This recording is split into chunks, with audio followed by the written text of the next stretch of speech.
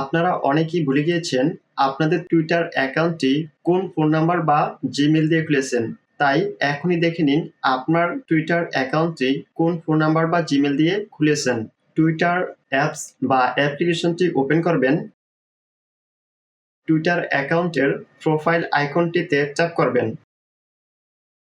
এখন settings and সাপোর্টে tap করবেন। সেটিংস অ্যান্ড প্রাইভেসিতে ট্যাপ করবেন। এখান থেকে ইউর অ্যাকাউন্টে ট্যাপ করবেন। দেন অ্যাকাউন্ট ইনফরমেশনে ট্যাপ করবেন।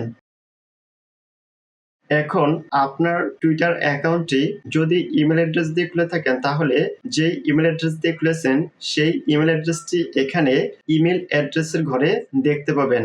আর যদি আপনার টুইটার অ্যাকাউন্টটি ফোন নাম্বার দিয়ে খুলে থাকেন তাহলে এখানে ফোন নাম্বারের ঘরে সেই ফোন নাম্বারটি দেখতে পাবেন।